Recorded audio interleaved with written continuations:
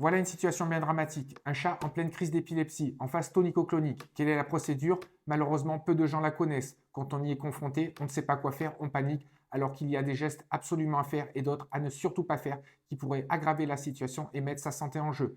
On vous dit tout, regardez bien la procédure. Et chose très importante, n'hésitez pas à partager cette vidéo qui pourrait sauver énormément de vies, qui pourrait faire connaître la procédure et les bons gestes dans ce genre de situation. Première étape, sécurisez votre chat. Les mouvements vont être violents, incoordonnés. Il pourrait se blesser, se faire mal. Mettez votre main sous sa tête et laissez-le gérer sa crise. Autre alternative, si vous êtes tout seul, pour pouvoir le mettre en sécurité, n'hésitez pas à lui mettre des coussins, des plaids et un drap sous sa tête afin de vous libérer et de le maintenir en sécurité. Chose très importante, sur des hauteurs de table, le chat pourrait tomber et se blesser gravement. N'hésitez pas à le prendre rapidement et le déposer à même le sol sur un endroit beaucoup plus sécurisé. Chose très importante, on ne bloque pas son chat, on n'essaye pas de restreindre ses mouvements, laissez-le faire sa crise. Deuxième étape, sécuriser l'environnement. Votre chat aura des mouvements violents et incoordonnés, il pourrait se blesser. N'hésitez pas à dégager l'environnement, enlever tout objet qui pourrait le blesser. Troisième étape, filmer la crise. Chaque détail a son importance. Cette vidéo sera bénéfique pour votre vétérinaire. Il pourra constater la crise et chaque détail aura son importance sur sa prise en charge. Quatrième étape,